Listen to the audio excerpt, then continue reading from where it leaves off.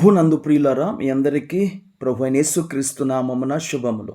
నేటి వాగ్దానము: యెహోవా అతని చెయ్యి పట్టుకొని ఉన్నాడు, గనుక అతడు నేలను పడినను లేవలేక ఉండడు. కీర్తన 37:24.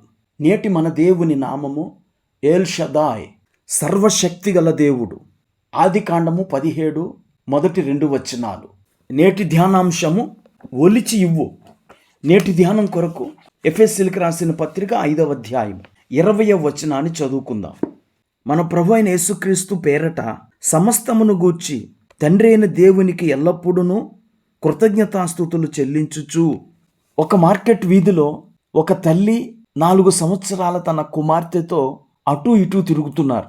ఆ 4 ఏళ్ల కుమార్తె రాసులుగా పోసి ఉన్న బత్తాయి పండ్ల వంక ఆశగా చూడసాగింది. ఆ పండ్ల దుకాణదారుడు ఆ అమ్మాయి ఆ విధంగా చూడటం చూసి దయతో ఒక పండును ఆ పాపకు అందించాడు. అప్పుడు ఆ అమ్మాయి తల్లి తన కుమార్తెతో, నీవు ఆ అంకుల్కి ఏమైనా చెప్పాలనుకుంటున్నావా అని అడిగింది. అప్పుడు ఆ 4 ఏళ్ల పాప ఆ బత్తాయి పండు ఇచ్చిన ఆ వ్యక్తితో తొక్క ఒలిచివ్వు అన్నది. ఆ మాటకు తల్లి మరియు ఆ పండ్ల దుకాణదారుడు ఆశ్చర్యపోయారు. 4 ఏళ్ల అమ్మాయి గనుక ఆ పాప పొరపాటుగా మాట్లాడిన ఆ బత్తాయి పండ్ల దుకాణదారుడు ఏమీ అనుకోడు, గాని పెద్దవారు ఎవరైనా అలా అడిగితే ఆ మాట అమర్యాదకరముగాను కృతజ్ఞత రహితంగాను ఉంటుంది. ప్రియులరా, ఈ ఉదంతాన్ని చెబుతుంటే నాకు ఒక విషయం గుర్తుకొస్తోంది.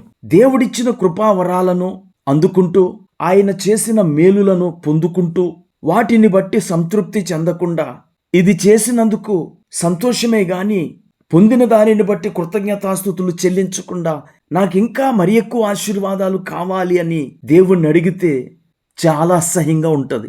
దేవుని పట్ల కృతజ్ఞతా భావాన్ని కలిగి ఉండటం ఆధ్యాత్మిక పరిణతికి సూచన. చదవబడిన లేఖన భాగంలో అపోస్తలుడైన పౌలు ఎఫెసీ సంఘానికి ఉత్తరం రాస్తూ మన ప్రభు అయిన యేసుక్రీస్తు పేరట సమస్తమును గూర్చి తండ్రి అయిన దేవునికి ఎల్లప్పుడూ కృతజ్ఞతాస్తుతులు చెల్లించమని సూచిస్తూ ఉన్నాడు. అది సంఘము యొక్క కనీస విధి. ఈ రోజుల్లో చాలామంది తమకు లేని దానిని గురించి ఫిర్యాదు చేస్తూ ఉన్న దానిని బట్టి స్తుతించకుండా సంతోషించకుండా ఉంటూ ఉన్నారు. గనుక ఈ మాటలు వింటూ ఉండగా దేవుని నుండి మనం పొందుకున్న దానిని బట్టి కృతజ్ఞతాస్తుతులు చెల్లించటానికి ఈరోజే ప్రారంభిద్దాం. తొక్క ఒలిచి ఇవ్వమని చెప్పకుండా కృతజ్ఞతలు తెలుపుకుందాం. ప్రార్థన చేసుకుందాం.